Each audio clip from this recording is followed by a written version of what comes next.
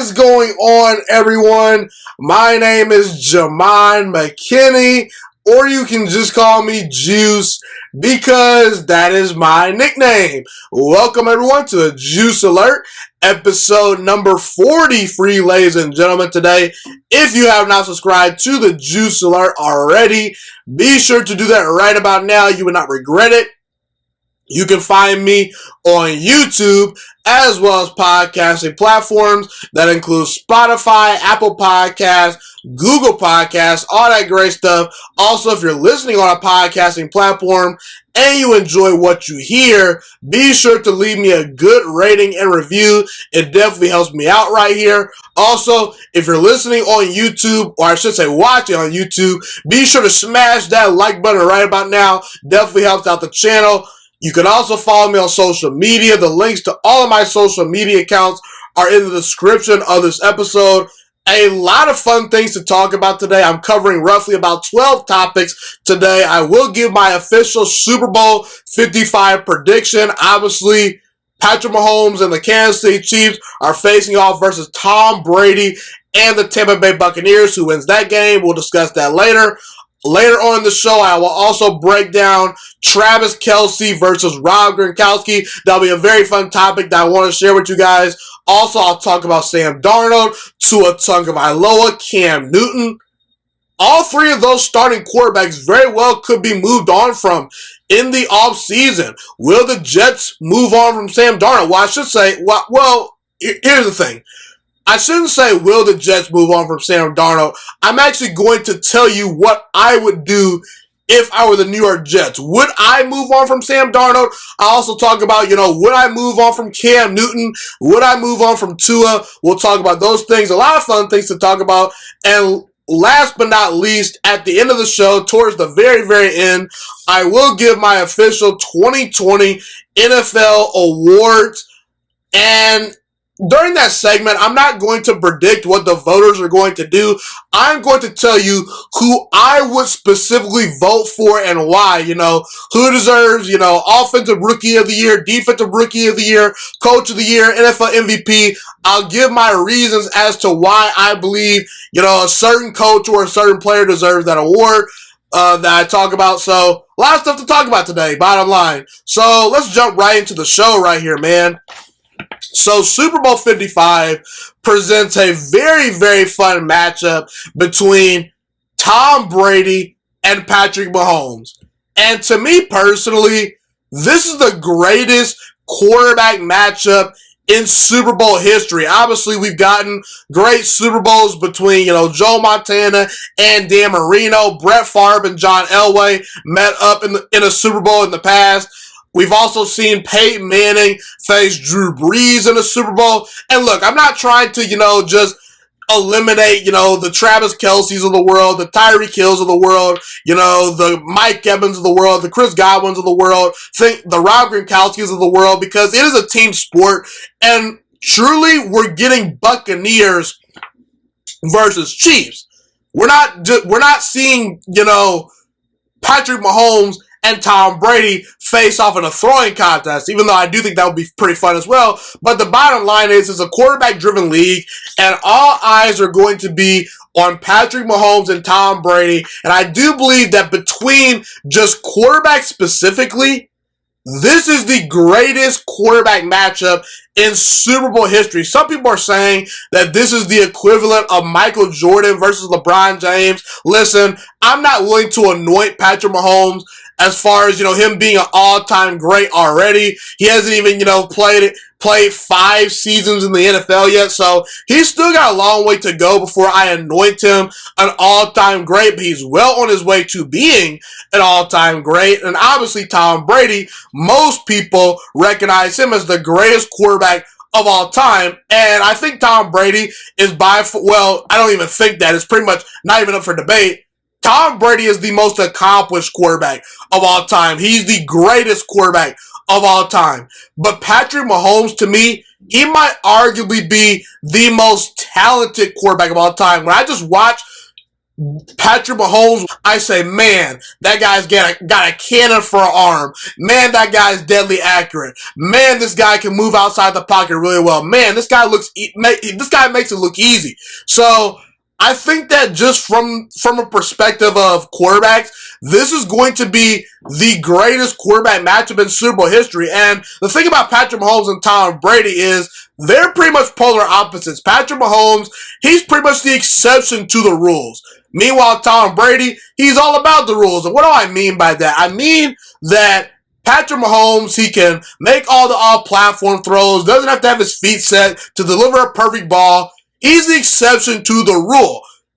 A lot of quarterback coaches won't try to teach some of the things that Patrick Mahomes does on a football field because he's probably one of the only quarterbacks on planet Earth that can actually accomplish what he does because he's such a gifted thrower of the football that he's an exception to the rules. Meanwhile, Tom Brady, he was a 6th round pick. Now, obviously, he should have gone number 1 overall in that draft based on what we know so far, but the bottom line is Tom Brady is not the most gifted thrower of the football, so he has to be all about being a guy that pays attention to detail. He has to be a surgeon in the pocket. He has to be super duper accurate. He has to play mistake-free football at times. And so I just kind of want to, sort of direct you guys to how these quarterbacks operate and whatnot. I will say both quarterbacks have amazing supporting cast. I do believe these two teams are the best two teams in the NFL remaining. Sometimes we get some upsets where, an Eli Manning-led New York Giants team gets to the Super Bowl where they may have not been the best team in the regular season, may have not been the most talented team, but they were gritty, they were tough, they had tenacity, and they got it done when it mattered most. But this is going to be truly a star-studded Super Bowl, and I believe this game is going to be off the charts from an entertainment perspective.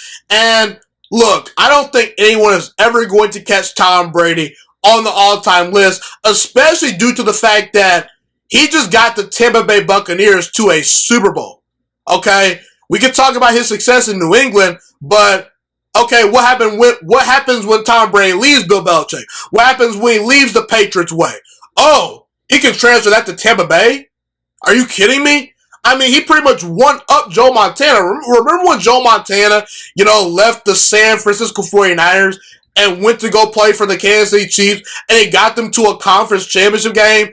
Not only did Tom Brady go out there and beat Drew Brees in the playoffs, not only did he go out there and get to an NFC Championship game versus Aaron Rodgers, he was able to go into Lambeau Field. Now, granted, he had a really good defense. He's got a stacked roster by his side, but the bottom line is Tom Brady is that general on the field. He went into Lambeau Field, beat an all-time great quarterback in Aaron Rodgers, and he's gotten to a Super Bowl. He won up to even Joe Montana in that respect.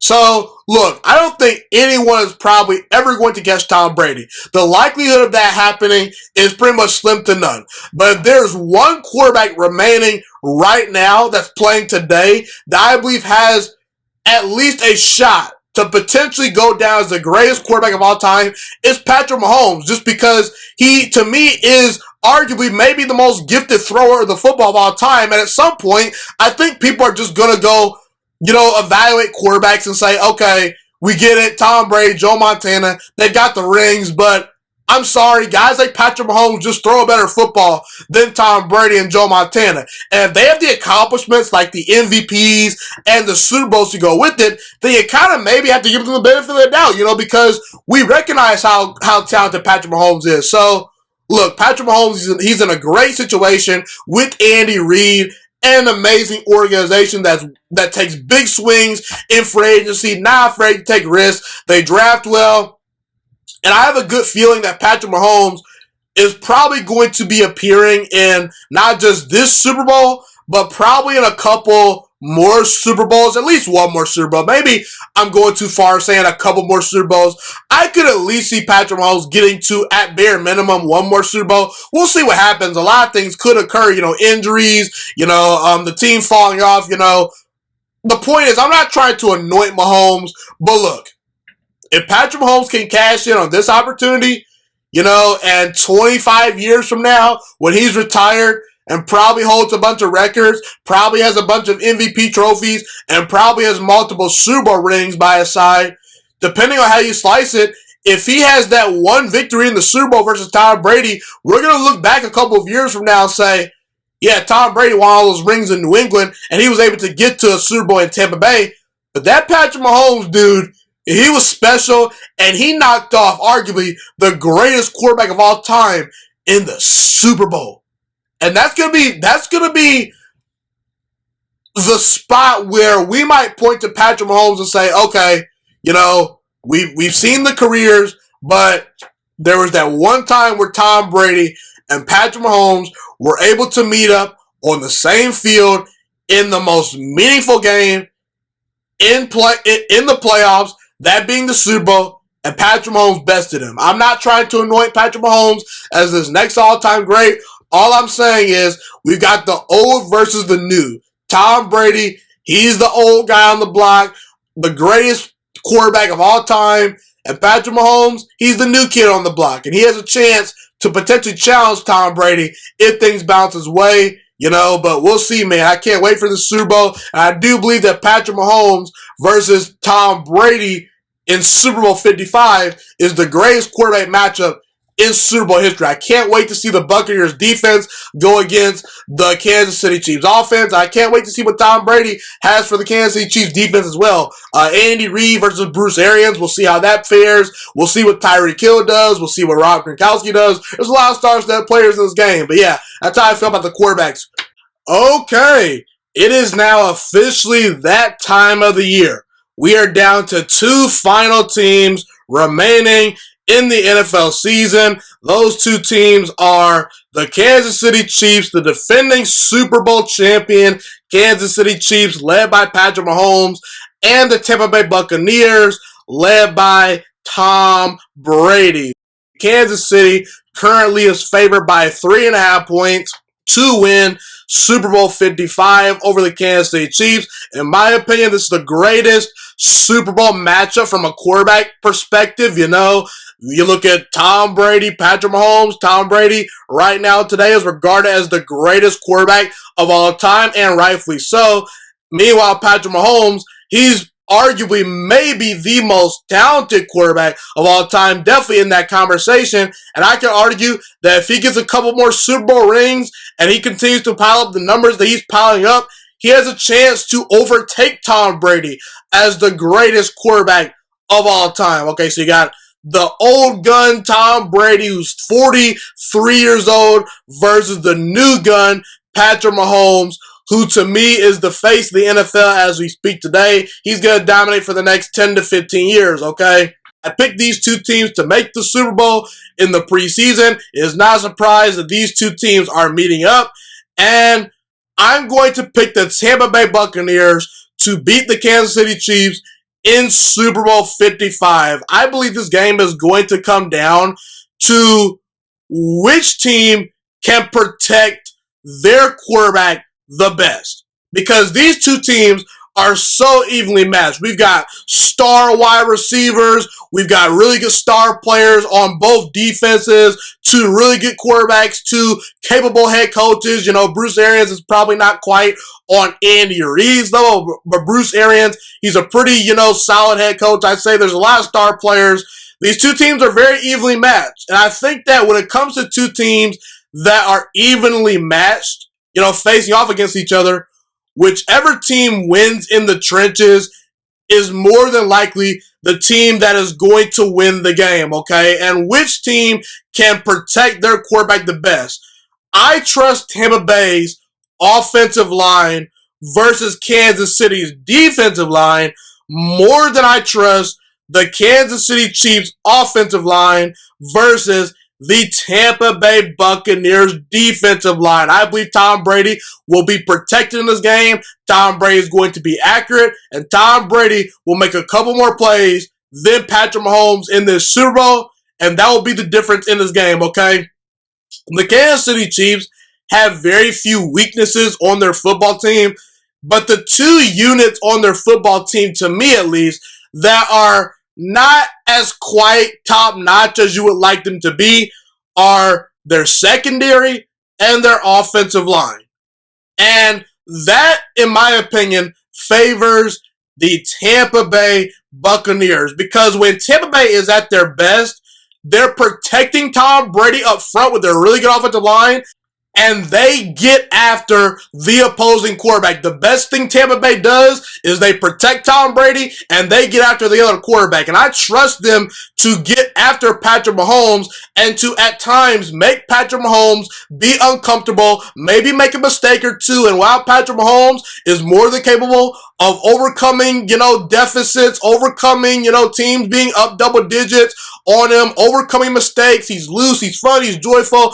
And look, I do expect Patrick Mahomes to play pretty fairly well in this game. The Tampa Bay Buccaneers will give up some big plays. They will give up yards. We did see Aaron Rodgers be able to move the football on their defense in the NFC Championship game. Aaron Rodgers, he was running around, he's making plays, but ultimately they were able to get after Aaron Rodgers. They hit Aaron Rodgers a couple of times. They sacked him, and he didn't have very many clean pockets in the NFC Championship game. I could see Patrick Mahomes throwing for over 300 yards in this game. I could see Patrick Mahomes throwing 3 or 4 touchdowns in this game. But in the end, he will probably make a mistake or two in this game that Tom Brady simply will not make when it matters the most. I believe Tom Brady will protect the football. Tampa Bay will give him multiple clean pockets in this game. He'll be efficient. He'll be accurate. And I believe Tom Brady will make a couple more plays in this game that Patrick Mahomes simply does not make. And also, you look at Kansas City secondary. I don't particularly favor Kansas City secondary versus Tampa Bay's wide receiver core. You got Mike Evans, you got Chris Godwin, Antonio Brown. He's back. He's going to be fully healthy. I do expect Antonio Brown to potentially be the X factor in this matchup along with Leonard Fournette. If Tampa Bay cannot run the football and have a balanced attack, they probably aren't going to win this game. So Leonard Fournette, he's got to play a big role in this matchup. Tampa Bay will have to be able to run the football. I believe they will be able to run the football. I believe Tom Brady will be able to get the football to his playmakers. They'll make plays for him. They'll expose Kansas City secondary. And getting back to Tampa Bay winning up front, Tampa Bay in the NFL during the regular season, they were 6th in the NFL in sacks per game. Meanwhile, Kansas City, they were 19th in sacks per game. And listen, in these big games, in the Super Bowl, in order to beat Tom Brady, you are going to have to get pressure on Tom Brady. There's no other way around it. You can't just sit back and let Tom Brady throw balls in the pocket with the clean pocket, things like that. It's not going to work. I don't think Kansas City will be able to make Tom Brady's life uncomfortable enough. Obviously, Tampa Bay and Kansas City did both meet in the regular season of the 2020 NFL season. They met in the regular season all the way back to week 12. And the Kansas City Chiefs were able to win that game 27-24. But I believe that Tom Brady and the Buccaneers and their coaching staff, they'll go back, they'll look at that film, they will make the adjustments. They will win Super Bowl 55. We saw the Kansas City Chiefs back in that Week 12 matchup jump out to an early lead. It did not seem like Tampa Bay had much of an answer for Tyreek Hill and their dynamic weapons. In the second half, they made adjustments. They made that game close.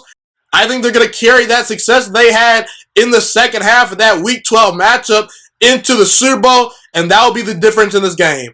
I have Tom Brady winning his 7th Super Bowl ring in this game versus the Kansas City Chiefs in Super Bowl 55. I believe Tom Brady will win Super Bowl MVP, and ultimately, they'll be just a tad bit better than the Kansas City Chiefs in this matchup. Kansas City, they're a great team. They got dynamic players all over their field, but ultimately, like I said in the preseason, I think the destiny is going to be on Tom Brady's side. It just seems like something special is brewing in Tampa Bay. Ironically, Tampa Bay is actually going to be at home in this game due to the fact that they were able to get to the Super Bowl. And what do you know? The Super Bowl is in Tampa Bay, Florida this year, the home of the Tampa Bay Buccaneers. Yeah, for all those reasons that I mentioned, I believe Tom Brady and the Tampa Bay Buccaneers will defeat the defending Super Bowl champion Kansas City Chiefs, led by Patrick Mahomes, in Super Bowl 55. That's my Super Bowl 55 prediction for you guys out there.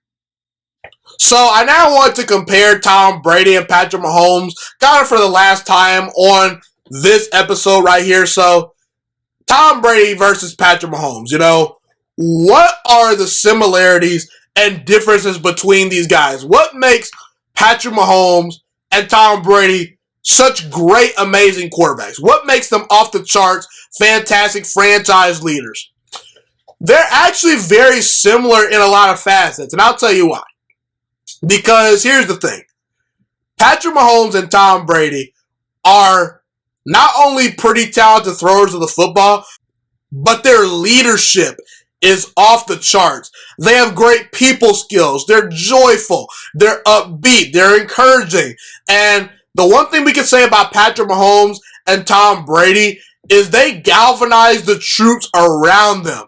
And they're able to rally their team from behind. And not only are Patrick Mahomes and Tom Brady more times than not going to close you out when they have a lead in the fourth quarter, they rarely blow fourth quarter leads, but Patrick Mahomes and Tom Brady become even better quarterbacks at times when they're trailing. We've seen quarterbacks, that are even all-time greats that struggle to come from behind. But Tom Brady and Patrick Mahomes, at least in Patrick Mahomes, short stint in his career so far, they've sort of made a living off of being the comeback kids, We could talk about the fact that Patrick Mahomes was down 27-0. Well, I think it was 24-0. 27-24-0.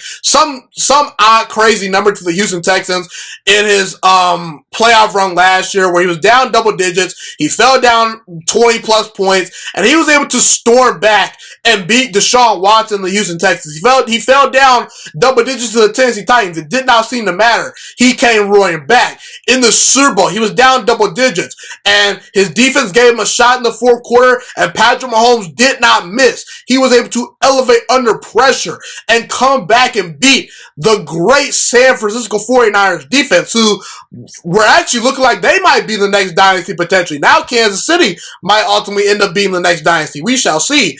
And the thing about Tom Brady is we've seen the Super Bowls that he's been a part of. We saw what he did to the Atlanta Falcons when he was down, a bunch of points in the Super Bowl to Matt Ryan and the Falcons. The Falcons blew a huge lead in that game, and Tom Brady was able to come back because Tom Brady is a cerebral assassin. He's not a guy that's ever going to lay down. He's the ultimate competitor. And when it comes to facing Patrick Mahomes and Tom Brady, you can never score enough points against those guys. No lead is safe when you're playing Patrick Mahomes and the Kansas City Chiefs and Tom Brady, whether he's in New England or in Tampa Bay. It don't matter. There's never enough points scored versus Tom Brady. You must continue to apply the pressure until that clock hits zero, okay? Because Tom Brady, he's going to make a run at a comeback, no doubt about it. And both these quarterbacks are excellent road quarterbacks. I think quarterbacks at times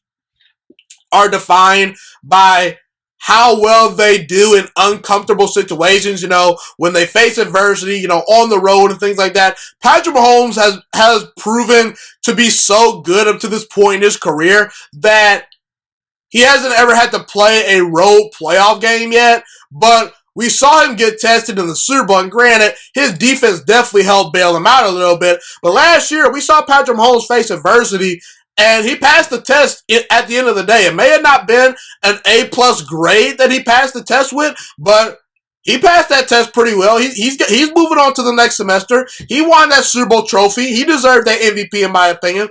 And the thing about Tom Brady and Patrick Mahomes is, in the highest leverage moments, they're at their absolute best. Go look at Patrick Mahomes' playoff numbers, people. They're off the charts. Go look at Tom Brady's moments in Super Bowls. In 6 Super Bowl victories, Tom Brady has a game-winning drive in all 6 of them. And I have a good feeling Tom Brady might very well have a 7th game-winning drive up his sleeve versus Patrick Mahomes and the Chiefs, because I did actually pick the Tampa Bay Buccaneers to win this game, like I said. And I kind of mentioned this earlier.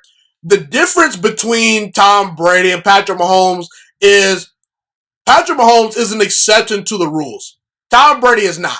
Tom Brady is all about the rules, okay? He has to be precise. He has to be a guy that studies a lot of film and pays super attention to detail, okay? You know, when Tom Brady's outside the pocket and out of structure at times, things can get ugly. But the thing that you admire the most about Tom Brady is his work ethic, is his attention to detail, and how precise he constantly is, how he makes the game-winning play time after time after time, how he steals yards underneath every single time. If you give Tom Brady an easy completion, that guy is not going to be greedy. He's going to take the check down. He's going to methodically drive down the field, and he'll take his calculated shots down the field and throw for them touchdowns as well when need be, okay? Tom Brady is the ultimate calculated assassin, especially in the clutch. And Patrick Mahomes, you can literally play the perfect defense versus that guy and still get shredded to pieces, because more times than not, 8 or 9 times out of 10, a perfect throw beats really good coverage. And that's just what I see time and time again from Patrick Mahomes. Sometimes it doesn't matter what defense you're in. You know, you could have, you know, Patrick Mahomes fooled at that line of scrimmage, but he'll just run around, backpedal, maybe throw a sidearm pass. You know, Mahomes just seems like the guy that will, no matter what you do, he'll find the answer to the test, and he'll do it pretty quickly. The way Patrick Mahomes goes through his progressions and just gets to his answer so quickly is really what's impressive to me, just because, you know, you'll have that guy dead in the water. He'll just find a way to make plays with that rocket arm that he has. He's an intelligent kid, and he has a great feel for the game. I think that a lot of people missed that when he was at Texas Tech, his overall feel for the game. And last but not least, Tom Brady and Patrick Mahomes were both doubted in college. The things that people were saying about Patrick Mahomes when he was coming out of Texas Tech was he had horrible footwork, his mechanics were awful, he made poor decisions, he was probably never going to consistently be an accurate distributor of the football. That was some of the things that they were saying about Patrick Mahomes at Texas Tech. They were saying he was a Big 12 quarterback that played in a pillow fighting conference, the Big 12, and Tom Brady. People necessarily didn't, you know, knock Tom Brady. They just didn't know who the guy was, and they just overlooked, I think, the leadership qualities, the intelligence, the ability to read defenses, the ability to be accurate, you know, the ability to make good decisions, the ability to maneuver the pocket. I think they overlooked those things just because Tom Brady simply had a bad scouting combine. You know, he had a bad combine, and he doesn't always look the part from a physique perspective. But, I mean, you don't have to have a six-pack to play quarterback in the NFL. You know, you got to be an accurate passer, you have to be a gamer, and it's all about the analytics. You know, you can't measure someone's heart with a stopwatch.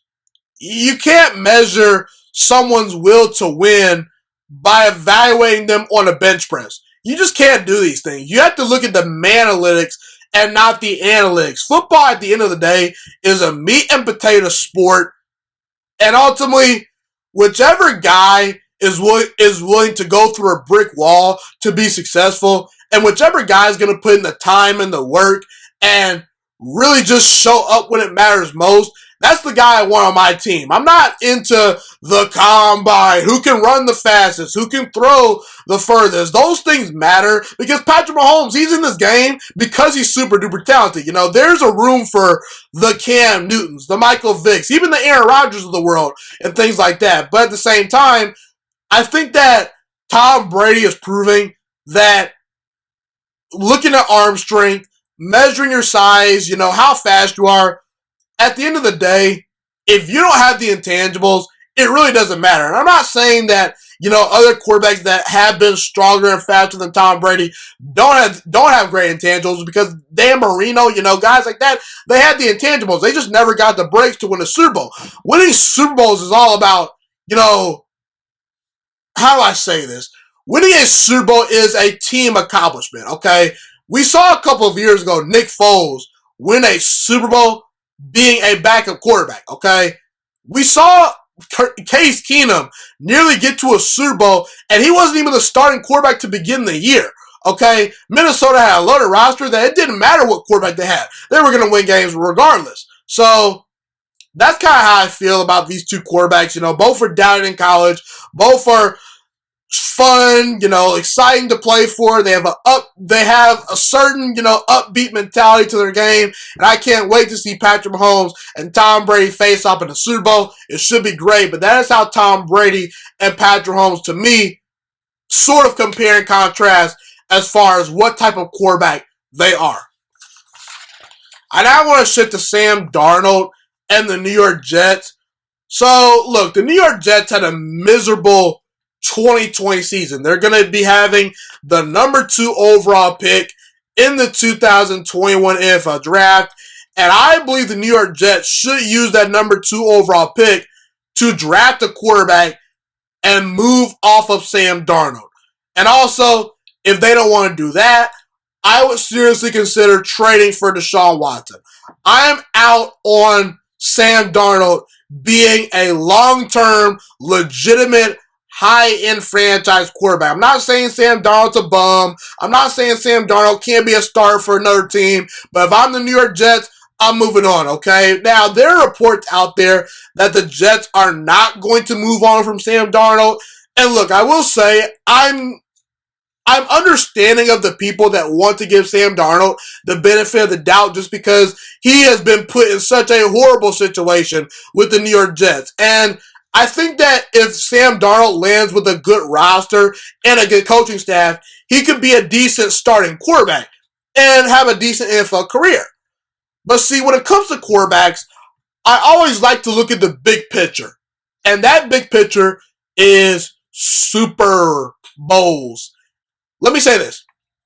Sam Darnold does not project to being close to Deshaun Watson. So if you can trade for Deshaun Watson, you go do it. You should not be trying to bank on Sam Darnold's development. If you can get a 25-year-old quarterback that's smack dead in the middle of his prime, salary cap be darned, draft picks be darned, go trade for Deshaun Watson.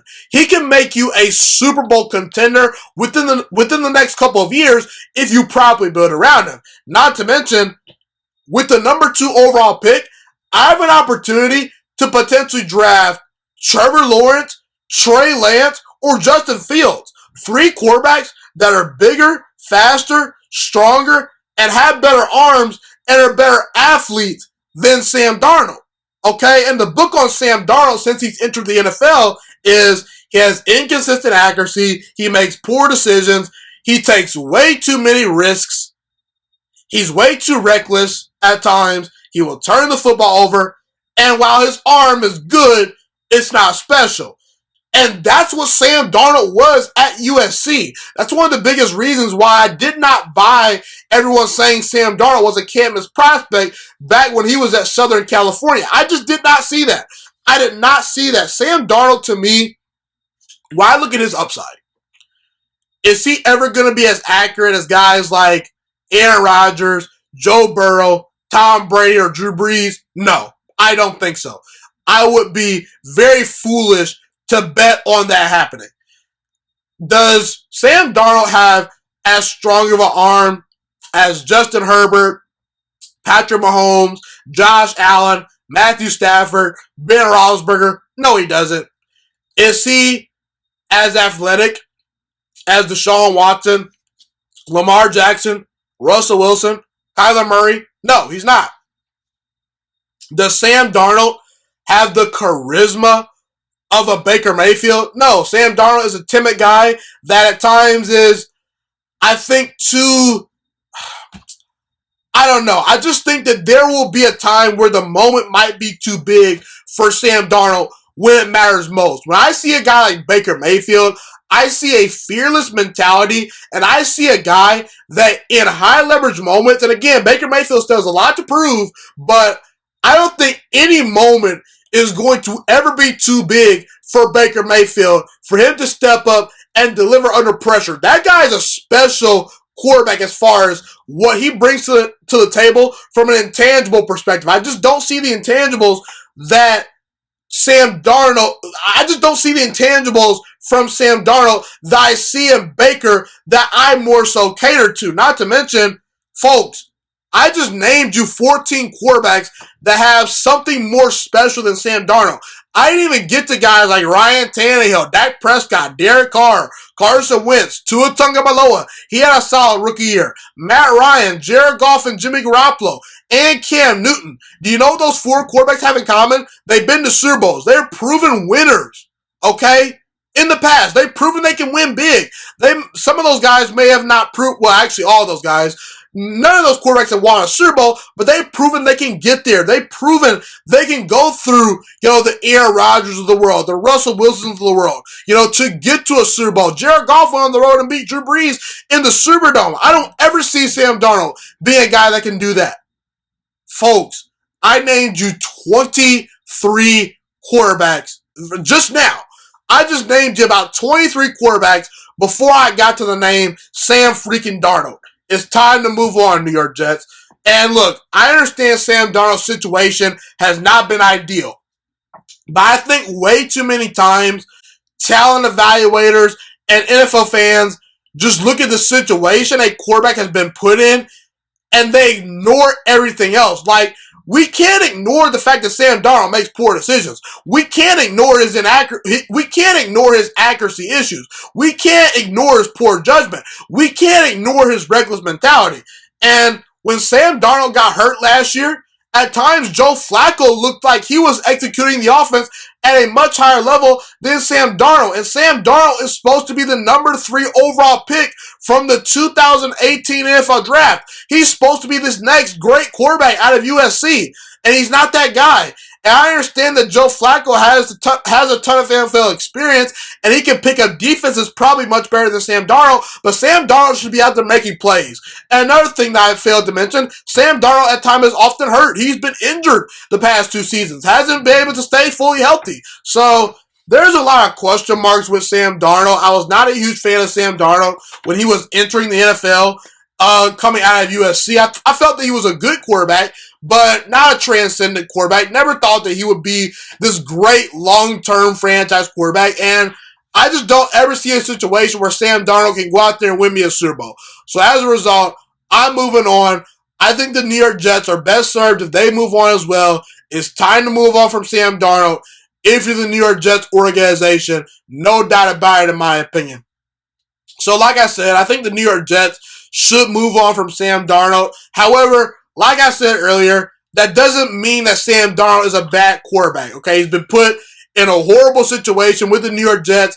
Adam Gase was brought in to develop Sam Darnold, and he has done nothing but stunt the growth of Sam Darnold. Sam Darnold has been given a poor roster, and look, like I said, I would move on and draft another quarterback or trade for Deshaun Watson, but like I said, that doesn't mean that Sam Darnold is a backup quarterback. I truly believe Sam Darnold is one of the 32 best quarterbacks in America right now. Meaning, I think that he's an NFL starting quarterback because obviously there's 32 spots for NFL teams and there's only one quarterback that starts each week. So there you go. Go figure. And for what it's worth, Sam Darnold with not a whole lot around him did have an above 500 record a season ago in 2019. Okay, he went 7-6 as a starter last year. And there's a reason why some people were saying Sam Darnold, when he was at USC, might be the best quarterback from his draft class. Now, obviously, those people that made that claim have proven to be wrong, but the bottom line is Sam Darnold has some requisite tools and he has the talent to where he can be a functional starting quarterback for an NFL franchise.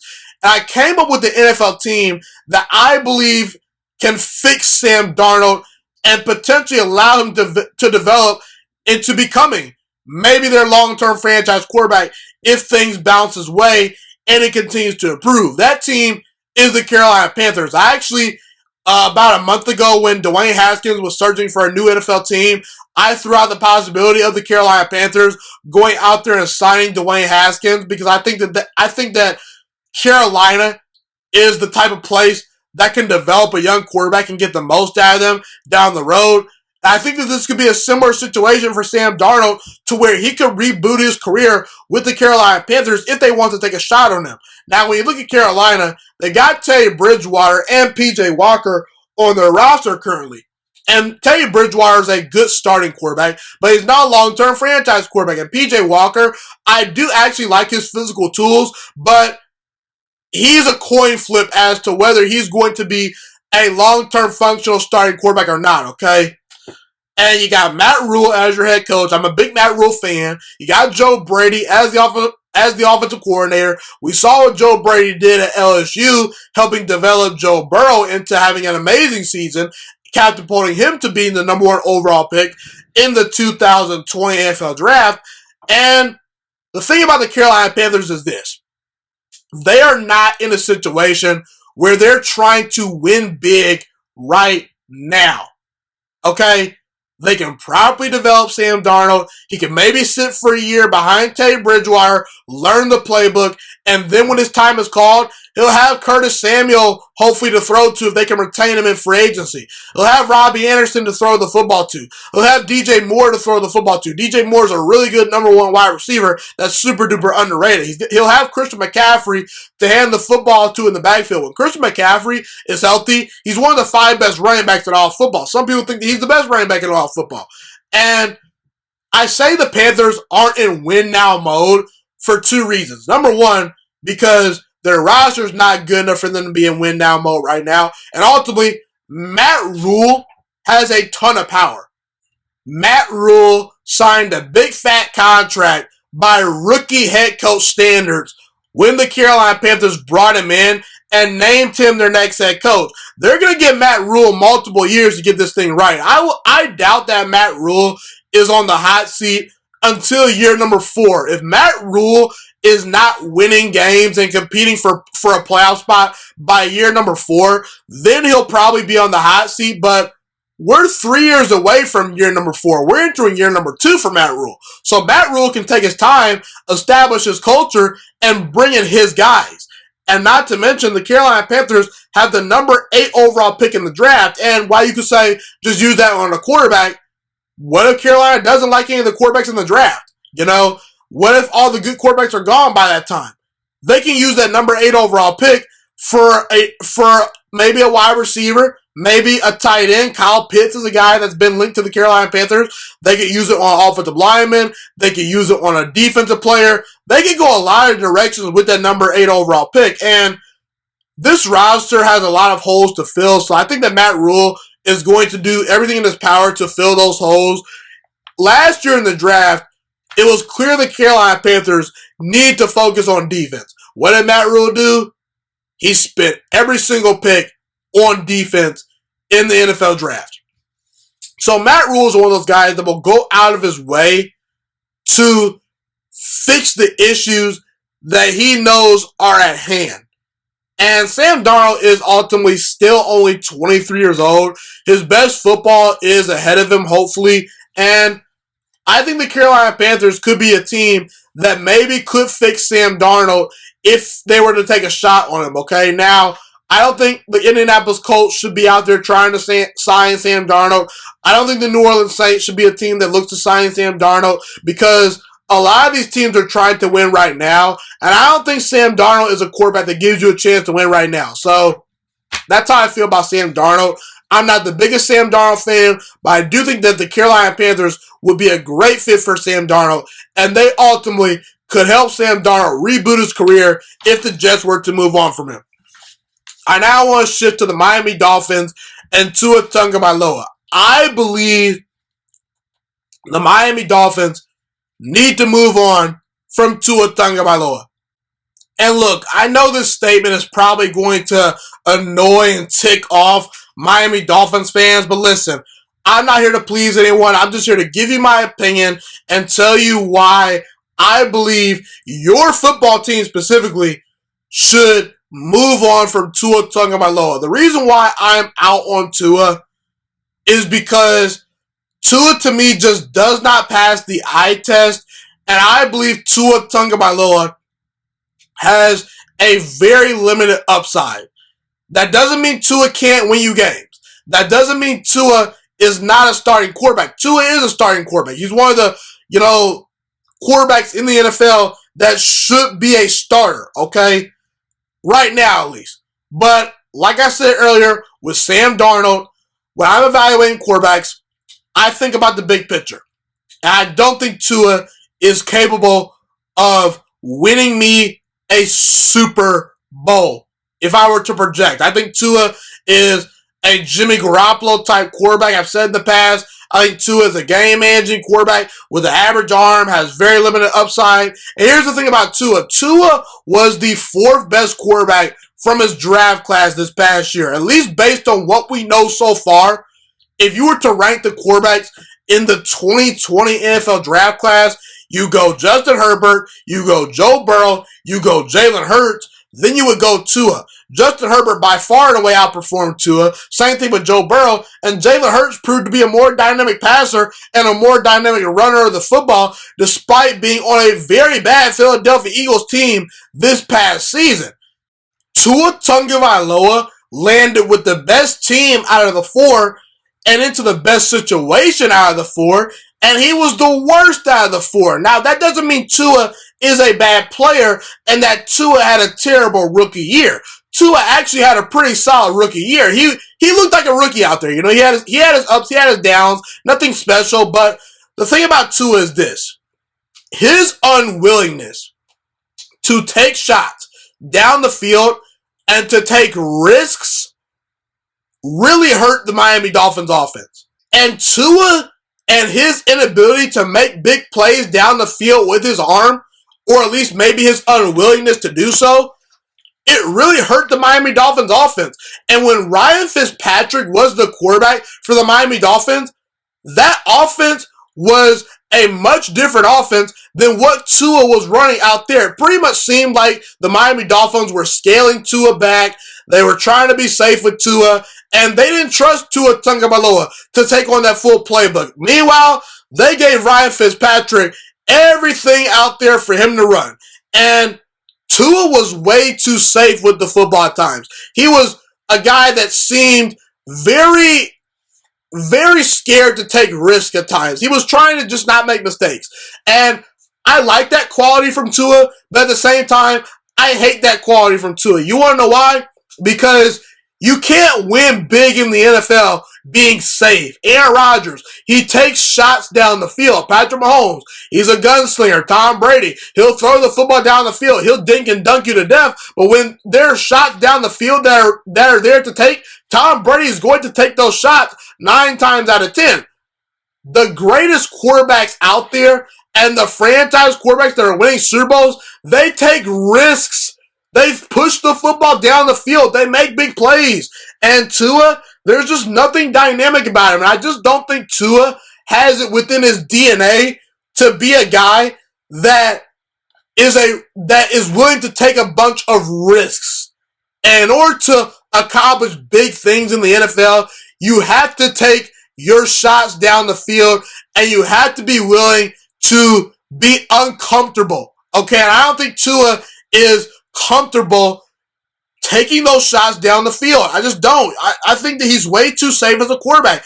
And like I said earlier with Sam Darnold, I don't think Tua is ever going to be as accurate as Aaron Rodgers or Joe Burrow or Drew Brees or Tom Brady. He doesn't have the arm strength of Justin Herbert or Patrick Mahomes or Josh Allen or Matthew Stafford or Ben Roethlisberger. He's not the athlete of a Deshaun Watson or Lamar Jackson or Russell Wilson or Kyler Murray. He doesn't seem to have the charisma of Baker Mayfield. And you look at guys like Carson Wentz, even though he played horribly this past year, Carson Wentz has much more upside than Tua Tagovailoa. You look at Derek Carr. Derek Carr, to me, had a better season than what Tua had. You look at Dak Prescott. Dak Prescott's a better quarterback than Tua Tagovailoa. You look at Ryan Tannehill. Ryan Tannehill is a super-duper underrated quarterback. And Matt Ryan, Jared Goff, and Jimmy G, and Cam Newton, all 4 of them have been to Super Bowls. I don't think Tua is ever going to be a guy that is capable of leading you to a Super Bowl. Tua is a game-managing quarterback to the point where he's not going to win you big games. He may not lose you games, but he's never going to win you the big games, okay? And I felt Tua was super duper overrated when he was coming out of Alabama. Everyone was saying, you can't miss with Tua. He's a generational talent. I said, no. Tua was a product of the great weapons around him at Alabama. He was a product of a really good offensive line, great coaching, star wide receivers, and ultimately, here's the thing, people. The Miami Dolphins have the number 3 overall pick, and they also have the assets to trade for Deshaun Watson. They need to trade for Deshaun Watson or either draft Trevor Lawrence, Justin Fields, or Trey Lance. That's what they need to do because all 3 of those quarterbacks have much more upside than Tua Tagovailoa, and I don't think Tua is ever going to be a guy that has a ton of upside. I don't think Tua is ever going to be a guy that wins big in the playoffs because he's a physically limited quarterback and he does not, to me, play a brand of football to where he's able to take those risks down the field and things of that nature. He just seems like he's way too safe with the football, and I'm not willing to bet on Tua for another year. I'm sorry. I understand Dolphins fans want to draft Jamar Chase or Devontae Smith, things like that, but I'm just not one of those guys. I want to move on from Tua because the Miami Dolphins may never be in this position again to where they can get a Deshaun Watson, to where they can get a transcendent talent at number 3 overall in the draft. I just don't see the upside with Tua. I never really saw the upside when he was at Alabama, and ultimately, I think the Miami Dolphins must move on from Tua Tagovailoa if they're smart.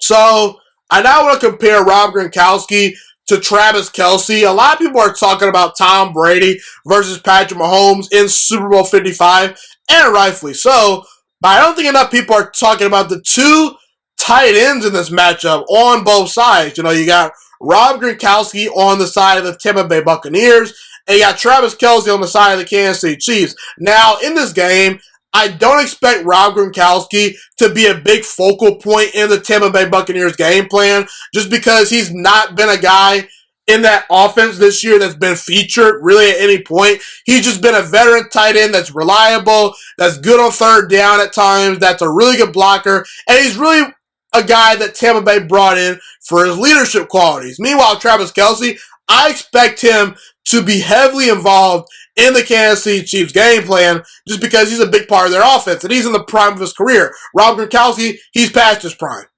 Now, when it's all said and done, when Travis Kelce and Rob Gronkowski hang up the cleats and they're no longer playing football, I think that there might be an argument for both of them by the time both of their careers are over.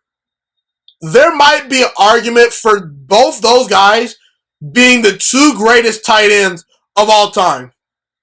When you look at the Antonio Gates of the world, the Mike Dickens of the world, the Shannon Sharps of the world, the Tony Gonzalez of the world, I think by the time Rob Gronkowski and Travis Kelce have retired, they'll be somewhere in that conversation. Now, I want to kind of discuss Rob Gronkowski's sort of quote-unquote legacy as a tight end in the NFL. To me, Rob Gronkowski is the first ballot Hall of Famer. Now, when I actually went back and looked at the statistics for Rob Gronkowski, I was actually not all that impressed. In 10 seasons in the NFL, Rob Gronkowski has only had a 1,000-yard season 4 times during his 10-year career so far. Now, here's the thing about me. I'm one of those people that doesn't just rely on stats to evaluate players because when I saw those numbers, I was actually shocked because here's the thing. If you actually watched Rob Gronkowski when he was in his prime, when that guy was fully healthy on the field, he was a dominant force, and the stats do not tell the full story. We're talking about a 6'6", 270-pound, grown man that was hard to bring down, super hard to tackle. He was not the greatest route runner. He was not the fastest player out there, but he would just bully people and out-physical guys, and he would make his presence known on the football field. He was great in the red zone, and he actually had really good hands as well. You know, he rarely dropped passes. Now, he also had a lot of great catches in the playoffs via Tom Brady. Tom Brady was throwing him the football, no doubt about it. And the thing about Rob Gronkowski is I think that his career is sort of not remembered probably the way it should be because of his injuries. Obviously, if you're not playing on the field every opportunity you can, then your numbers are gonna obviously take a hit, because if you're missing games, you obviously can't put up statistics, and that's one of the reasons why I think Rob Gronkowski's numbers aren't as good as some people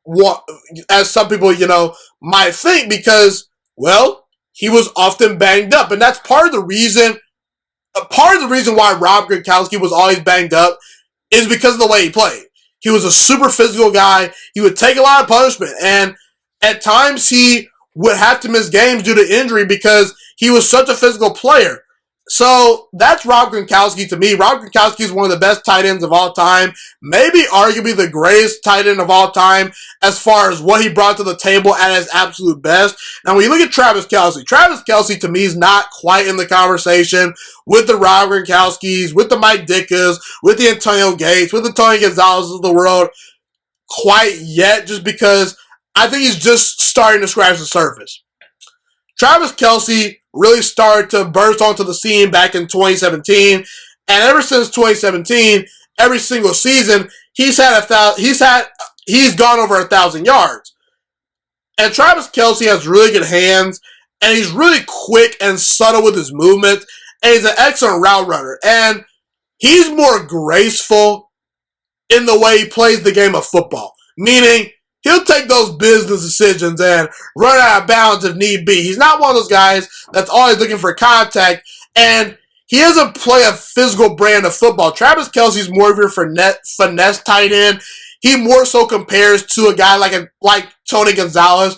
Tony Gonzalez is obviously a little bit faster and better in his prime than Travis Kelce, but I think that you're going to start to see Travis Kelce pile up really, really good numbers throughout his career.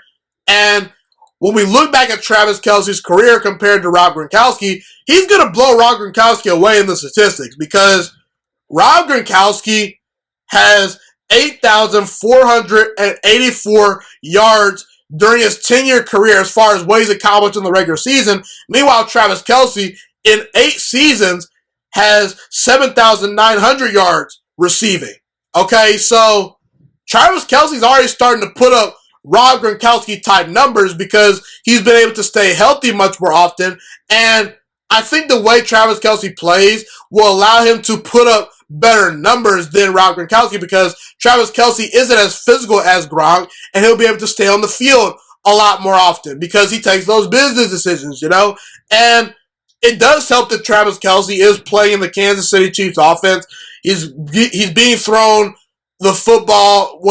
How do I say this? Patrick Mahomes is throwing him the football, and Tyreek Hill is also a super dynamic weapon in the Chiefs offense. So people pay attention to Tyreek Hill at times. That frees up Travis Kelce. So that's kind of how I feel about Rob Gronkowski and Travis Kelce. They're two polar opposites at the tight end position, but ultimately I could see Travis Kelce and Tyreek Hill. What am I saying here? I could see Rob Gronkowski and Travis Kelce going down as arguably two of the greatest tight ends of all time when it's all said and done, no doubt about it. And another thing to think about is this.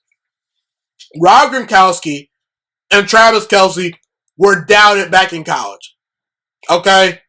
Travis Kelce was a 3rd-round pick out of Cincinnati, and Rob Gronkowski was a 2nd-round pick out of Arizona. Both guys were overlooked in college, and now they're destroying opponents and defenders in the NFL. Travis Kelce and Rob Gronkowski are definitely a joy to watch. I can't wait to see what they bring to the table in Super Bowl 55. Buccaneers versus Chiefs should be a good one. And I'm definitely going to be keeping my eyes on not only Patrick Mahomes and Tom Brady, but also Travis Kelce and Rob Gronkowski. They're two of the best tight ends I've ever seen play the game of football, no doubt about it. I now want to shift to this next topic right here. Let's talk about Cam Newton, who was let go by the Carolina Panthers last year, and many people did not expect Cam Newton to land with the Patriots. He was a late free agent signing this past offseason, and the New England Patriots had a very, very disappointing season. They went 7-9 on the year. They missed the playoffs. Everyone, points out that under a microscope because Tom Brady left New England, and now Tom Brady is playing in his 10th Super Bowl without Bill Belichick. Meanwhile, Bill Belichick without Tom Brady missed the playoffs for the first time in forever. Now, a lot of Patriots fans, I think, are being a little too unfair to Cam Newton. A lot of Patriots fans are saying that the Patriots should just get rid of Cam Newton and let him go and just live to find another quarterback. Now, the Patriots do have the 15th overall pick, so I could see a situation where they maybe trade up for a quarterback, or maybe a guy like Mac Jones out of Alabama falls to them. I'm not the biggest Mac Jones fan, but I think that he could become a functional starting quarterback one day. We'll see, though. Anytime you're being coached by Bill Belichick, you have a chance to be great, but we'll see what he does in the New England offense. That's not the point I'm trying to make. The point I'm trying to make is, okay, here's the thing.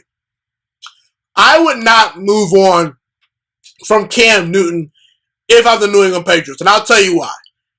The reason why I say that is because even if you move on from Cam Newton, in my opinion at least, no matter who the quarterback is in New England, with the current supporting cast that the Patriots have on offense, especially at the wide receiver and tight end position, the quarterback that they bring in is not going to have a ton of success. It's just not going to happen. Now, if you somehow, some way can land Aaron Rodgers, maybe Deshaun Watson, if Russell Wilson magically ends up with the Patriots, or somehow, some way you could have gotten your hands on Patrick Mahomes, a top 5 to top 7 quarterback, if you could acquire one of those guys, then yeah, I could see the Patriots, saying, goodbye Cam Newton, we need to go get a top 5 to top 7 quarterback. So in essence, if the Patriots couldn't go out there and get Deshaun Watson, go get Deshaun Watson, Bill Belichick. But I don't think Bill Belichick is willing to take on that big-time contract. Bill Belichick always, likes to kind of, pay for his guys on the cheap. He will overpay for a Darrelle Revis or Randy Moss or Rob Gronkowski, or maybe if Tom Brady, wanted to, maybe not take a discount, I'm pretty sure he would spend extra money to keep Tom Brady in New England in his prime. But here's the thing. Say you bring in a rookie quarterback to the Patriots offense next year, like, let's just say Justin Fields or Mac Jones. Are you sure in that complex system they're going to pick things up right away? Not to mention, they have one of the worst wide receiver and tight end cores at their disposal. I'm sorry, people, but anytime the New England Patriots' best wide receiver is Damiere Byrd or Julian Edelman, I'm sorry, I can't fear the New England Patriots wide receiver core, and I actually like Julian Edelman. And Julian Edelman, a long time ago, I'd say roughly about 3 or 4 years ago, he could have been a potential number 1 option on some NFL teams. But now, if I look at Julian Edelman and I look at this version of himself, a guy that's declining and getting older as I speak today, Julian Edelman should not be your number 1 option at wide receiver. Damiere Byrd, N'Keal Harry, they have potential, but these guys are not dynamic players. Damiere Byrd actually had a pretty good year, but when you're Cam Newton and you're throwing to Jacoby Myers and N'Keal Harry, who has talent, but to this point, he's been a first-round bust. Well, maybe not bust, but a first-round disappointment. The bottom line is the Patriots wide receiver core and their tight end core scares nobody. The Patriots drafted 2 tight ends in the 2020 NFL Draft. Both of them so far are trending towards being busts. And keep in mind, this past year, Cam Newton had no preseason games, a weird offseason. He was in his first year in a whole new system with no dynamic weapons. He had no chance, okay? So the point I'm trying to make is, until you fix the supporting cast around Cam Newton or the quarterback you're going to acquire, then you don't need to be thinking about moving on from Cam Newton. Because no matter what quarterback you plug in, that quarterback is going to struggle. And people are going to point to Cam Newton's numbers and say, oh, Cam Newton was awful this past year. He threw 8 touchdowns to 10 interceptions. But they also failed to realize that Cam Newton had 12 rushing touchdowns this past year. People, rushing touchdowns count as well. So don't just look at box scores. Actually go back and watch some Patriots games. And you tell me if the Patriots offense is an explosive offense. You tell me if those wide receivers scare you. You tell me where the Patriots are super dynamic on offense. You tell me if the Patriots can match up with Kansas City, Buffalo, even Miami. Miami, to me, is a much better football team today than New England. I don't see it. So that's how I feel about the Patriots. I don't think they should move on from Cam Newton because if you bring in a rookie quarterback, that quarterback is going to be lost with a whole new system with no weapons to throw to. And I don't see very many other quarterbacks on the market that are worth going after other than maybe Deshaun Watson. And I don't think Bill Belichick is super interested in Deshaun Watson. I just don't see Deshaun Watson being his type of quarterback, at least based on the money he's making right now. I think Deshaun Watson would be a good fit, but I just don't see Belichick making that move. So that's why I'm saying if I'm the New England Patriots, I would keep Cam Newton for at least another year.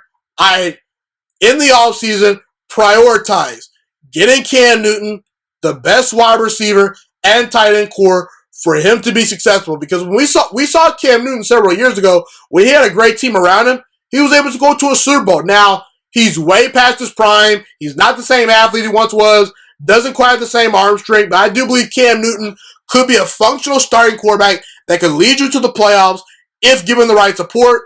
And I think New England should do Cam Newton a favor and bring him back and support him with good weapons. By the way, Bill Belichick has spoke very highly of Cam Newton, okay?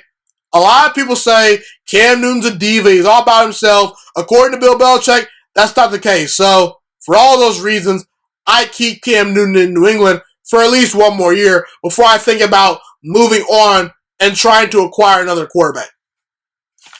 So, a lot of things have come out recently about the Houston Texans organization. Former players have come out and bashed the organization and have spoken out and have actually supported Deshaun Watson, requesting a trade from the Texans. Deshaun Watson, he no longer wants to be a part of that organization. He wants out.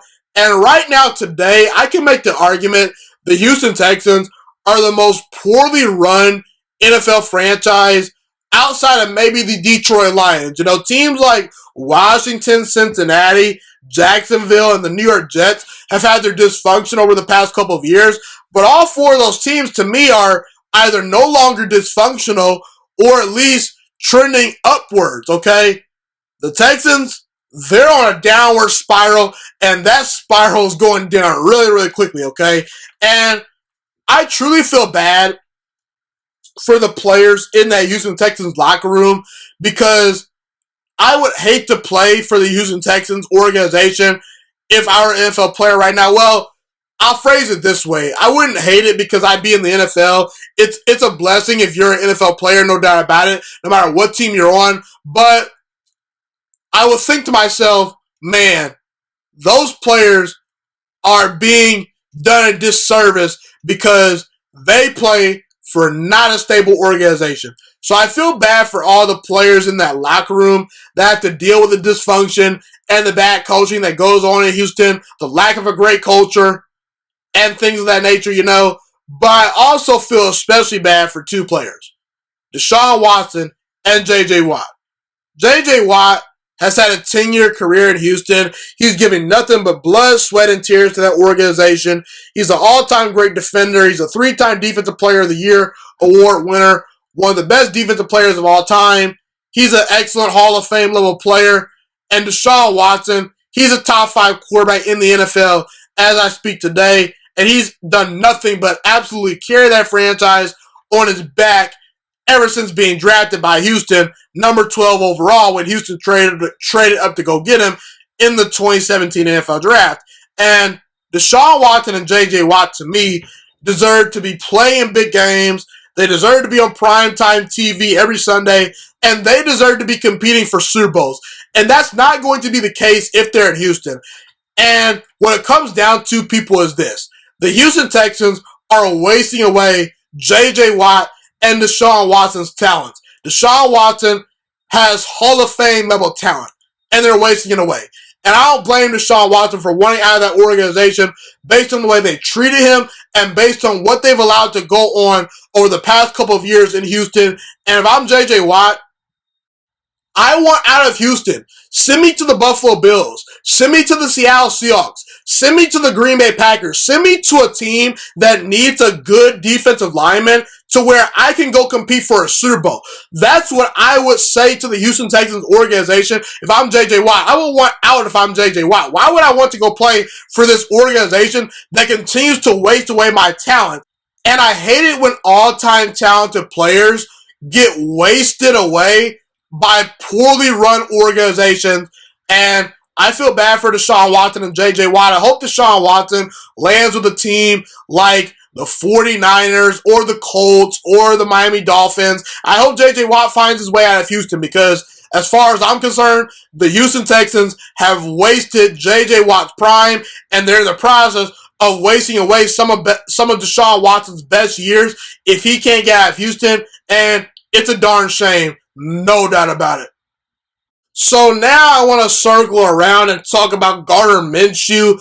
Obviously, the Super Bowl is coming up pretty soon in the next couple of days, but what does that mean? That means once the Super Bowl is over, we officially have a whole NFL offseason to talk about football. So I figured, why not get a head start by talking about Sam Darnold, talking about Tua, talking about Cam Newton. Now today I want to talk about Gardner Minshew. Now, the Jacksonville Jaguars, the team that Gardner Minshew plays for currently, they have the number one overall pick in the draft.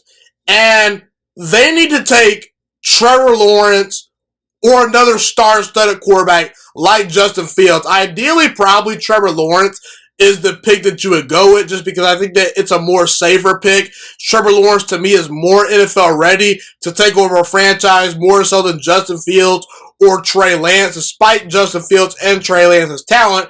And a lot of people are saying, Trevor Lawrence might be the next Camus prospect. I understand the Trevor Lawrence hype, but yeah, you got to take a quarterback with a number one overall pick if you're Jacksonville. Look, Gardner Minshew to me is a capable franchise quarterback, and I will get to the reasons why I believe that in a second or two, but anytime you can take a generational talent with the number one overall pick, and I do believe that all three quarterbacks between Trevor Lawrence, Justin Fields, and Trey Lance, all three of those quarterbacks to me has special traits to where I can say they're potential generational talents, then you need to take them, okay? But here's the thing. Gardner Minshew, to me, I feel bad for the guy because he ultimately was screwed. I mean, the Jacksonville Jaguars did nothing to try to build around Gardner Minshew despite him showing flashes of being a legitimate franchise quarterback. They even sat Gardner Minshew out late in the season when he was healthy to play, and they were starting Mike Glennon in games. The Jaguars were doing absolutely everything in their power to tank and try to get that number one overall pick. They did not support Gardner Minshew with a good offensive line. The defense has stunk for the past 2 years, and Minshew has a couple of weapons, but overall, they're not great. And you would think the Jacksonville Jaguars, once they saw Gardner Minshew's potential last year as a rookie, you would think they would go all out their way to really try to invest in a 6th-round pick out of Washington State, simply because if you find a 6th-round pick that's a legitimate franchise quarterback,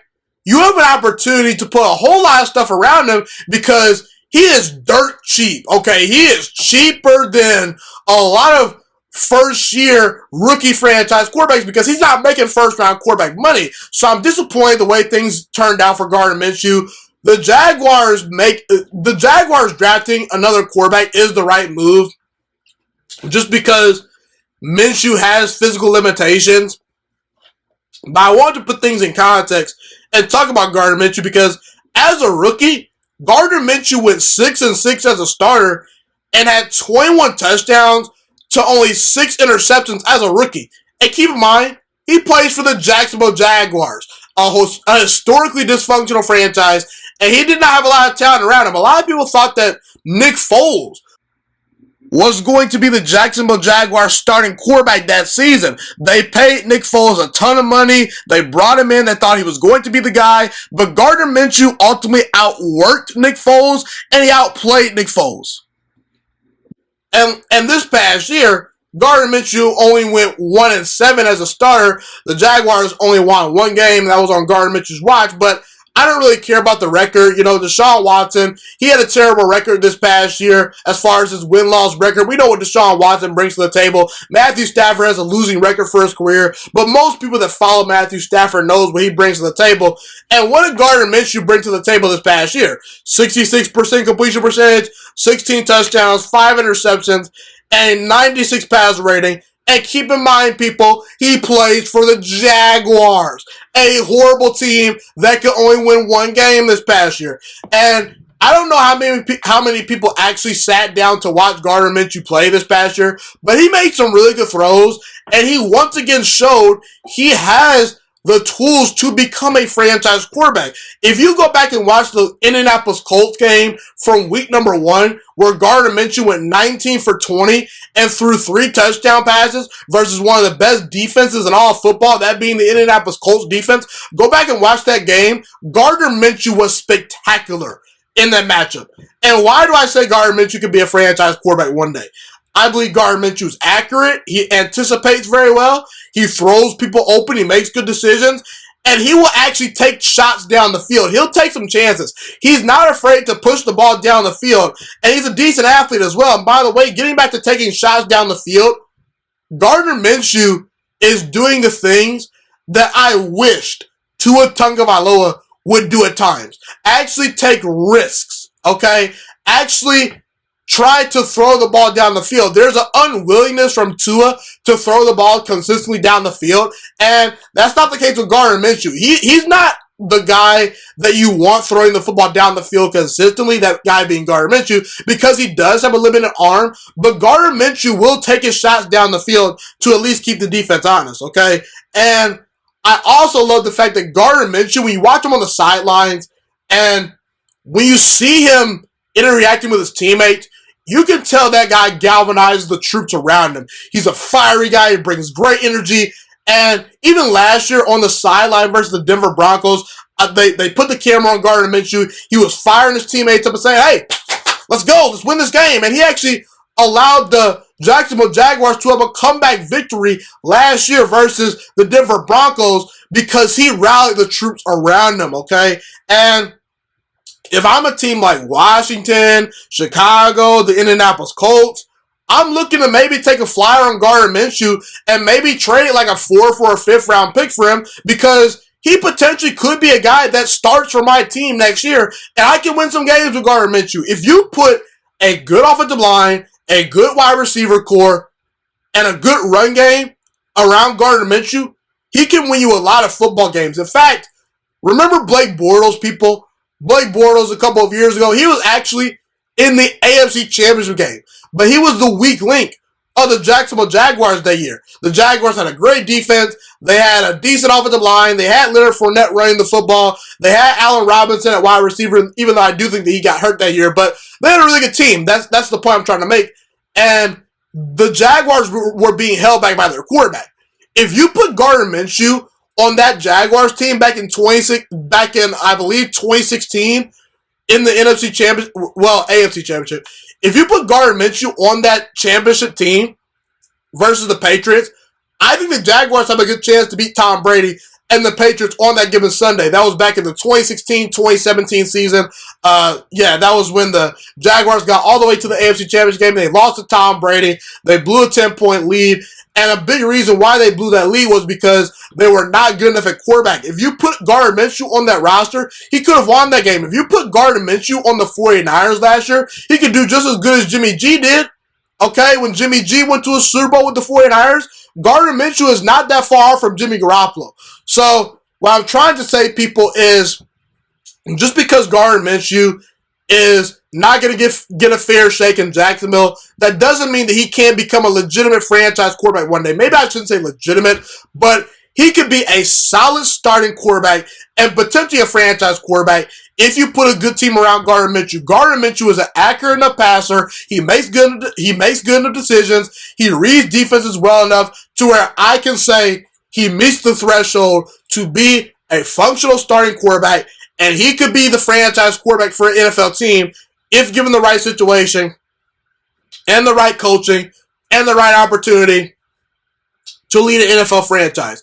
Gardner Minshew has been screwed over in Jacksonville. I feel bad for him. I understand what the Jacksonville Jaguars are doing. It's hard to pass on a guy like Trevor Lawrence, but ultimately, I like what I see from Gardner Minshew. And I think Gardner Minshew is a capable franchise quarterback, and I'm interested to see if a team takes a flyer on him potentially in the offseason once the Jaguars, draft their quarterback of the future and move on from Minshew, which is probably likely what's going to happen. But yeah, we'll see. I'm a fan of Gardner Minshew, and I wish the best for him.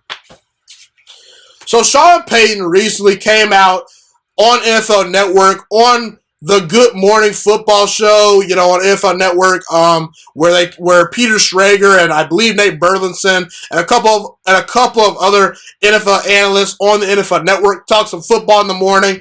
And Sean Payton, the New Orleans Saints head coach, came on the show for an interview recently, and I listened to the whole interview, and he talked about Jameis Winston, how he himself being Sean Payton, motivates players. And he also talked about Patrick Mahomes. He was asked about, Patrick Mahomes because there were reports actually back when Patrick Mahomes was at Texas Tech and entering the 2017 NFL Draft. There were reports that the New Orleans Saints were highly interested in Patrick Mahomes. And when Peter Schrager asked Sean Payton about Patrick Mahomes, Sean Payton pretty much had nothing but glowing reviews about Patrick Mahomes, and he said that if they had an opportunity to take Patrick Mahomes in the 2017 draft, they would have done it.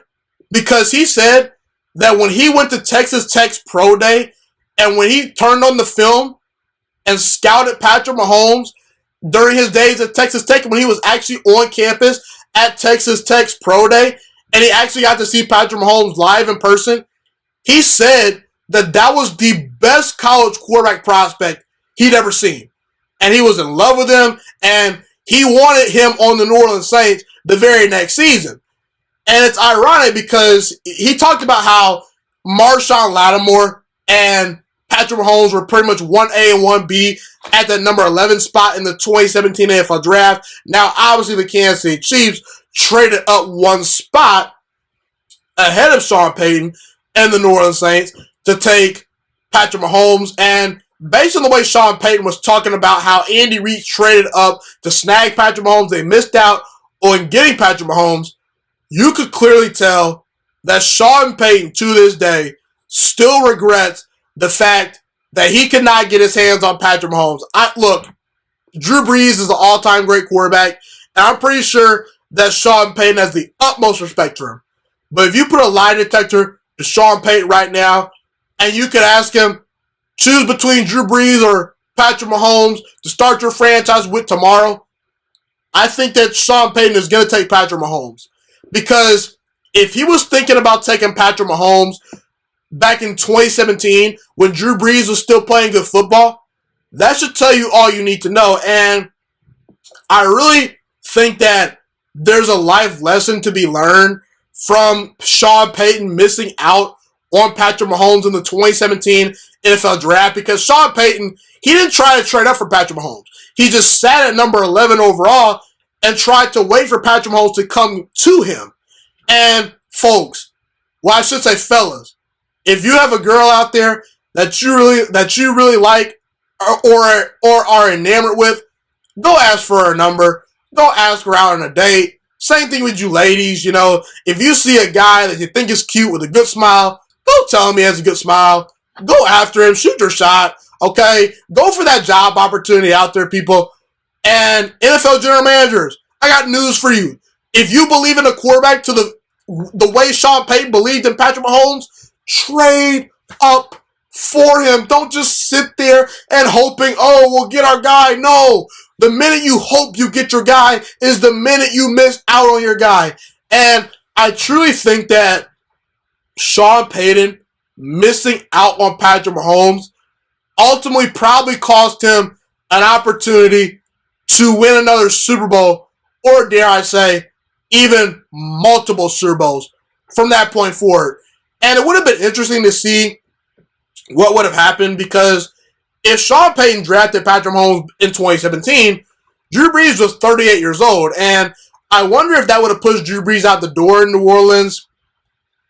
I wonder how long Patrick Mahomes would have sat behind Drew Brees, because Patrick Mahomes in Kansas City sat for a year behind Alex Smith. Then the Kansas City Chiefs, said goodbye, Alex Smith. They handed the keys to Patrick Mahomes. Boom, Patrick Mahomes takes off the very next year. And I think that Sean Payton could have developed Patrick Mahomes in a similar way in which Andy Reid developed Patrick Mahomes. And I think that if Patrick Mahomes had those rosters that Drew Brees has had over the past 4 to 5 seasons, I think the Saints would have already had a Super Bowl victory. Because as good as Drew Brees is, I think Drew Brees missed the opportunity these past 4 years with a really good offensive line, with really good running backs at his disposal, with a star wide receiver in Michael Thomas at his disposal, with a really good defense, with Sean Payton calling the plays. Drew Brees won a lot of games in the regular season, but he couldn't win the big one. And we all know Drew Brees has won a Super Bowl, but due to the fact that Drew Brees had arguably the best team in all of football during a 4-year stretch up to this point so far, the fact that he couldn't get a second Super Bowl, that's disappointing. And I really think that if Sean Payton could have found a way to get his hands on Patrick Mahomes, that really could have really sparked maybe the Saints potentially getting talks for being the next dynasty, because Patrick Mahomes in that Saints offense, man, it'd be on steroids, because Sean Payton over the past couple of years has done a good job of hiding Drew Brees' limitations due to Drew Brees being an older quarterback that's not quite in his prime anymore. So I just wanted to share my thoughts on Sean Payton and how he feels still to this day sick to his stomach that he missed out on Patrick Mahomes. And also, I wonder why Sean Payton didn't just draft Deshaun Watson. Look, Deshaun Watson isn't quite as talented as Patrick Mahomes, but when I was evaluating Deshaun Watson and Patrick Mahomes in college, I felt Deshaun Watson was arguably the best quarterback in that draft. Obviously, I'm wrong, because Patrick Mahomes turned out to be the best quarterback in that draft. But to think at the time when Deshaun Watson was at Clemson and the time when Patrick Mahomes was at Texas Tech, to have the opinion that Deshaun Watson was the best quarterback in that class, that was not a horrible take. That was not a hot take. That was actually at the time considered the right take, because a lot of people actually thought Deshaun Watson might be the best quarterback in that draft. But ultimately, I think Sean Payton probably didn't have the same grade on Deshaun Watson, because if he had a similar grade to Watson as he did Mahomes, he probably would have took Deshaun Watson. But he passed on Deshaun Watson, and I don't know. It's just one of those things where I think Sean Payton could have extended, a potential Super Bowl window if he drafted Deshaun Watson or Patrick Mahomes. I know he loves Drew Brees, but Drew Brees over the past couple of years has declined, really day by day and year by year. And Drew Brees, he's still a good quarterback, but he's not quite what he used to be. The Saints don't throw the ball down the field anymore, and there are reports that Drew Brees might be retiring soon. So I don't want to bash Drew Brees too much, but yeah, Drew Brees is a legend.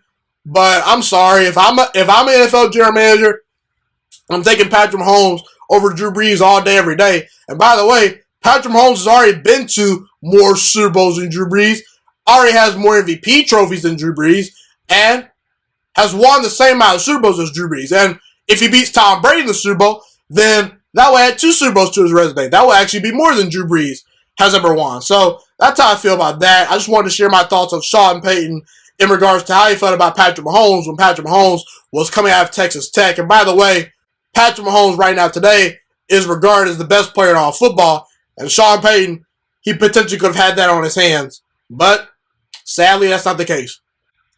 Okay, everyone, it is now time for me to give my official 2020 NFL awards out to coaches and players. Now, a reminder right here, I'm not actually telling you who I think is going to win the award. I'm telling you who I would vote for as far as who's coach of the year, who's MVP, who's the comeback player of the year, etc., etc. Without further ado, let's get started. So, my 2020 coach of the year. the head coach that would get my vote for the 2020 Coach of the Year is actually Ron Rivera, head coach of the Washington football team. Now, I know for a fact that Ron Rivera is not going to win this award. Most voters are probably going to vote for either Sean McDermott, Brian Flores, or more than likely Kevin Stefanski, the Cleveland Browns head coach. Now, I'm from Dayton, Ohio, so I get a chance to watch a lot of Browns games, and I am a big believer in Kevin Stefanski, and I will not be super duper mad if Kevin Stefanski wins NFL head coach of the year for the 2020 season, because ultimately he's a deserving candidate. But I think that Ron Rivera is a tad bit more of a deserving candidate simply because did anyone expect Washington to make the playoffs? Because I actually picked the Cleveland Browns to make the playoffs this year. I looked at Cleveland and I said, okay, this is a super talented team that has improved their offensive line. They've improved, several areas of their team. They just need Baker Mayfield to produce, and they need a head coach. So I saw a vision for Cleveland to make the playoffs this year.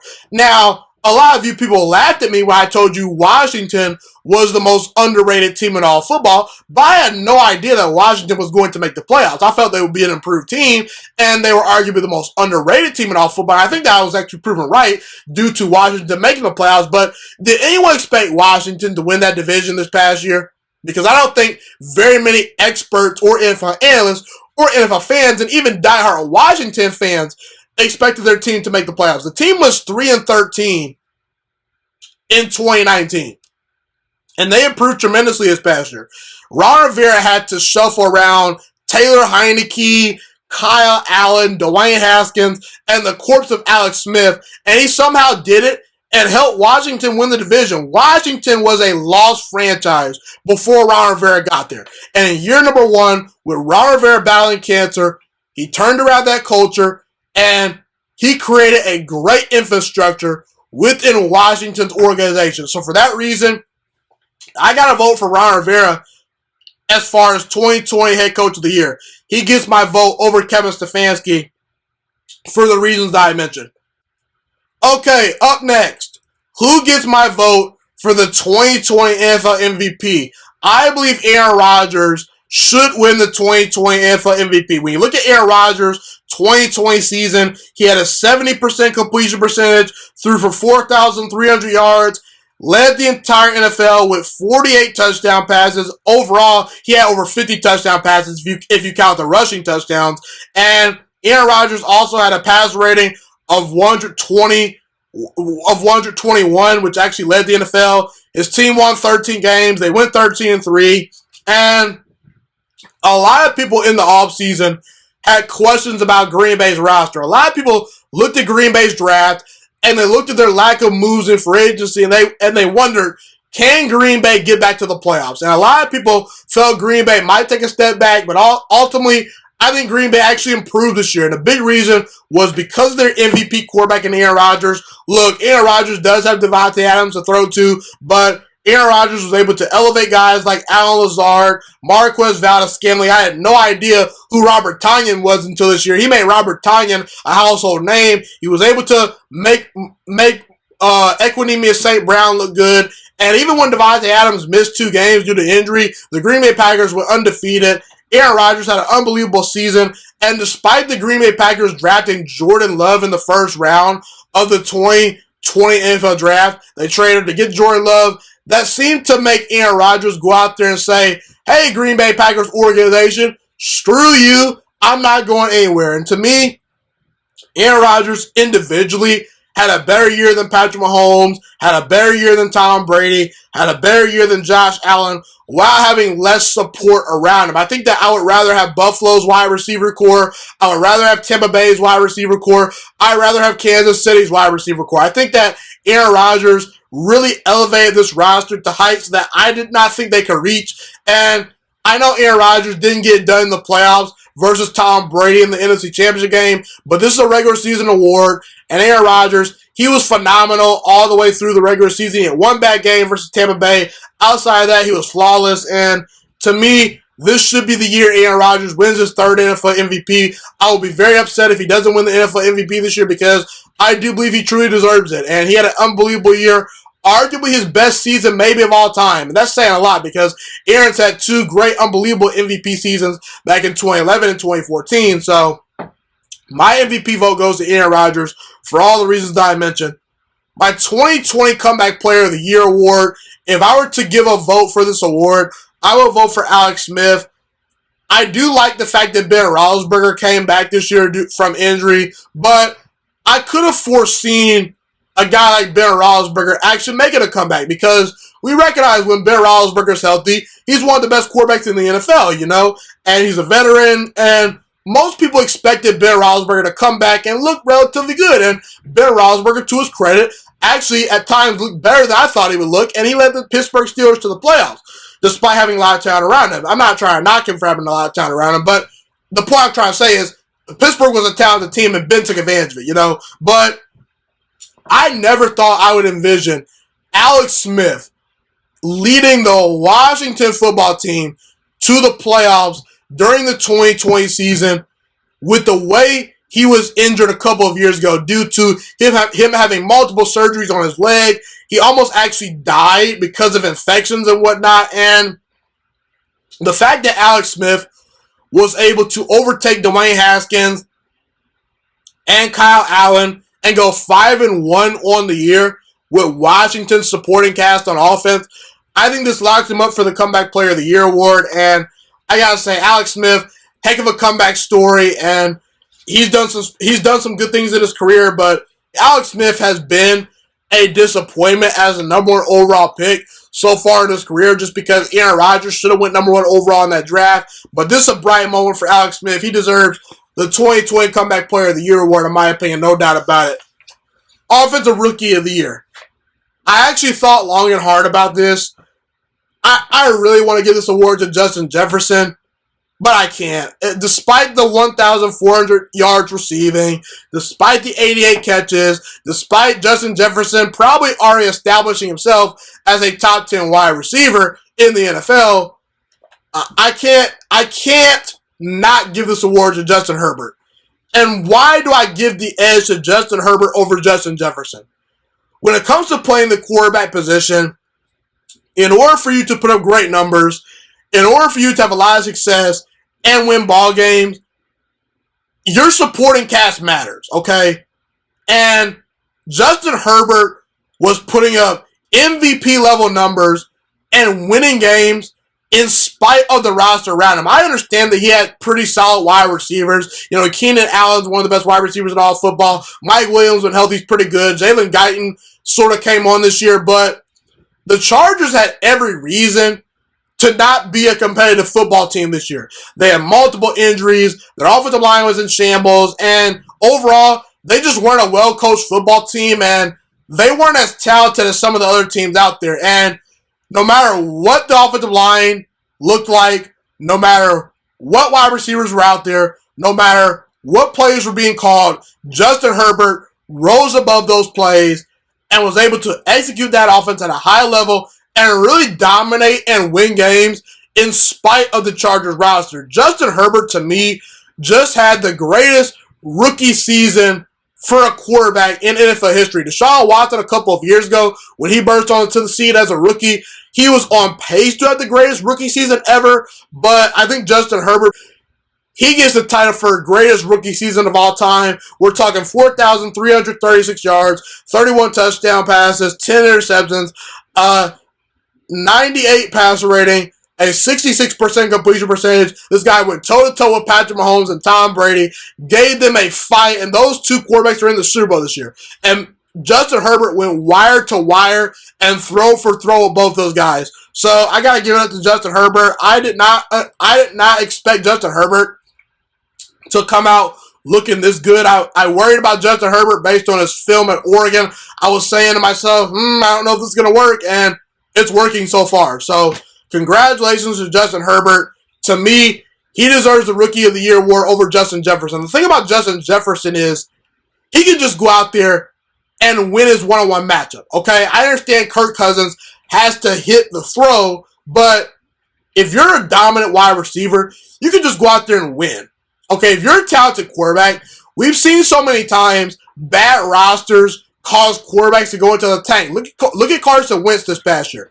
Carson Wentz's roster was horrible, and as a result, Carson Wentz became a horrible quarterback. So, for those reasons, that is why I'm voting Justin Herbert the Offensive Rookie of the Year for the 2020 season over Justin Jefferson. I'm sorry, you Vikings fans. Look, I tried to come up with ways to give it to Justin Jefferson, but I just can't do it. I really put a lot of thought into this, so I don't want people to think that I'm just picking Herbert because he's a quarterback. I hate to be the bad guy and not give Justin Jefferson this award, because I think that, honestly, if I could give an award to both guys, I would, but gotta go with Justin Herbert for all the reasons that I mentioned. So, 2020 Defensive Rookie of the Year. My vote goes to Chase Young. There were actually some decent candidates out there. Antoine Winfield and Jeremy Chin had pretty good years, but you look at Chase Young. The guy came out the first 3 weeks of the season, absolutely burst onto the scene and exploded. And then he kind of cooled off, midway through the season, but in the final 6 to 7 games of the year, Chase Young was flat out dominant by rookie standards, okay?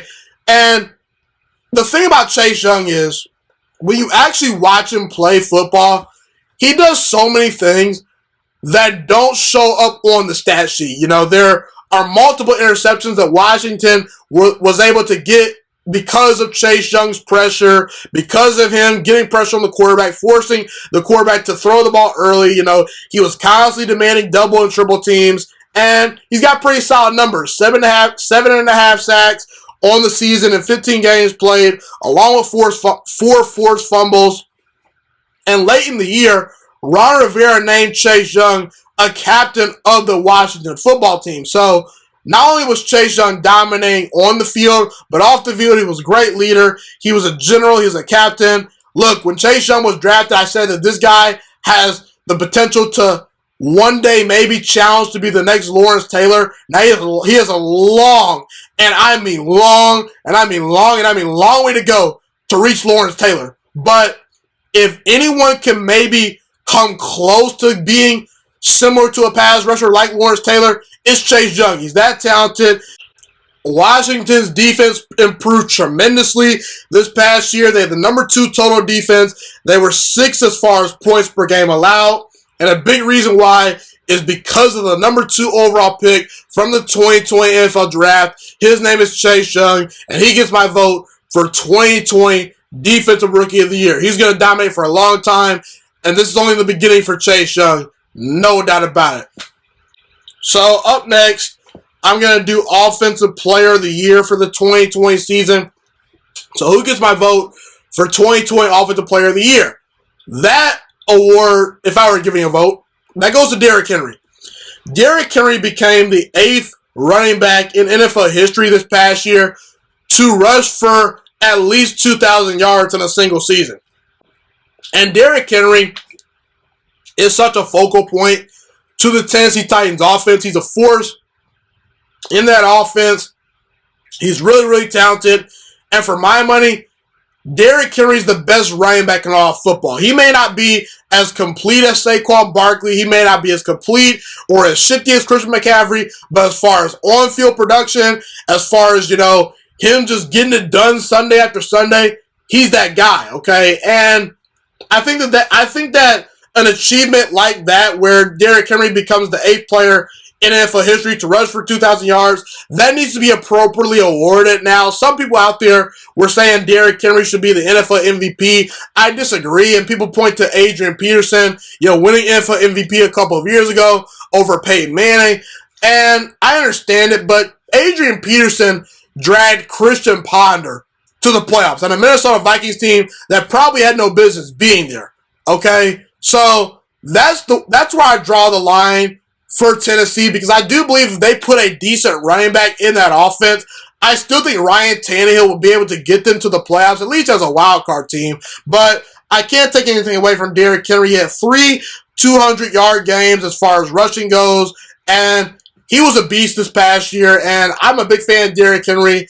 And to me, Derrick Henry, he deserves the 2020 Offensive Player of the Year. This is kind of his little MVP award, because I just can't see a world where he is the NFL MVP over quarterbacks that play so well like Aaron Rodgers and Patrick Mahomes and Josh Allen. My vote for NFL MVP goes to Aaron Rodgers, but Derrick Henry had an unbelievable year, and for that reason, he gets the 2020 Offensive Rookie of the Year, at least in my book.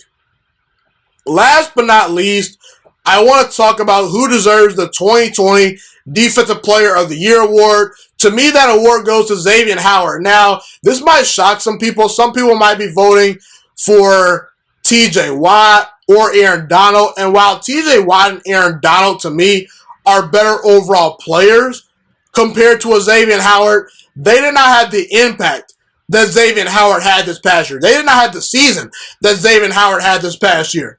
Xavier Howard had 10 interceptions and 20 pass breakups this past year. Both led the entire NFL. So once again, 20 pass breakups and 10 interceptions. And every time someone tried to challenge Xavier Howard this year, every time I watched the Dolphins game, that guy was making play after play for that defense.